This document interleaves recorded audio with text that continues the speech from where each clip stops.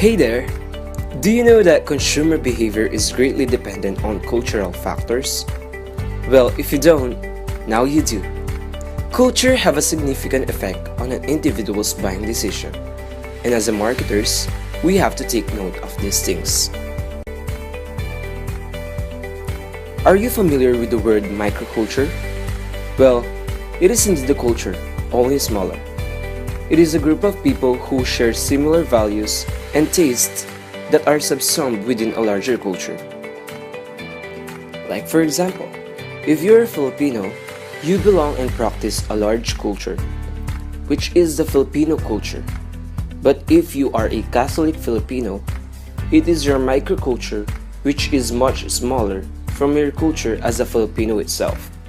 You celebrate different religious Catholic traditions which are very distinct and different from other microcultures. Now let's move on. When a consumer faces a situation involving conflicting expectations based on cultural expectations, he or she experiencing role conflict. We can also view this as sudden change of culture which results to conflicting roles. For example, you are a Filipino who migrated to America. You are not used to the way how Americans dress themselves. In the Philippines, wearing too revealing and showy clothes is not acceptable in our culture. But when you saw how Americans dress in the street, you suddenly felt role conflict because it's not that acceptable in our culture in the Philippines. Now we also have this thing called cultural divergence. That is a situation where consumers choose membership in microcultures in an effort to stand out or define themselves from the crowd.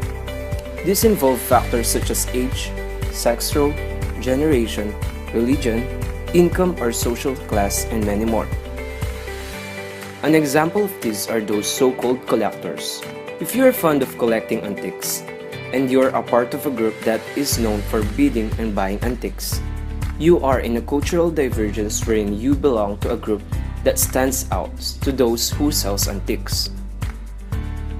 Marketers also need to consider sex roles, which refer to the societal expectation for men and women among members of a cultural group. Like for example, here in the Philippines, the mother is the one who is expected to budget, do the groceries, and hold the funds in the family, while the father is the one who is expected to work and provide for the expenses of the family. Men and women do not make consumer decisions the same way. The biggest difference is in the way men and women process information, and we call this as cognitive structuring, which refers to the reliance on schema-based heuristics in the making decision. Like for example, when doing shopping, boys do direct shopping and really buys what they want to buy, while girls, when shopping, they will consider all the alternatives. They will go to many stores and they will consider a lot of choices in their mind before buying a product. You can see here that the cognitive structuring of men and women are very different from each other. It is also believed that people of the same age end up sharing many of the same values and develop similar consumer preferences, and that's called age-based microculture. Like for example, millennials shares the same generation wherein they belong to a much technological era which makes everything very high-tech. So millennials nowadays much prefer products that gives them a high-tech value and makes life easier for them. A specific example of this is a cell phone. In this generation, cell phone is considered as a necessity. It makes life easier and makes communication much consistent for the millennials. The internet even facilitates communication among consumers around the world, contributing to what some believe is a more universally similar world teen culture, which is speculation that teenagers around the world are more similar to each other than to people from other generations from the same culture. An example of world teen culture is the fashion nowadays, because teens these generations are involved in the same social media platforms where they can share their thoughts, feelings, and preferences. That's why they can influence other teens and that makes them similar to some things. Now let's talk about generation microculture. Notice that people who age in the same generation still belong to the same cohort. But what is the meaning of cohort?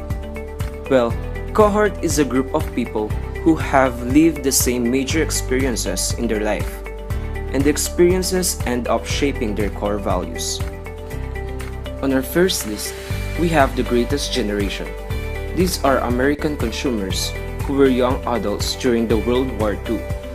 They tend to be thriftier than other consumers and thus are highly price conscious, probably because of their experiences during the war.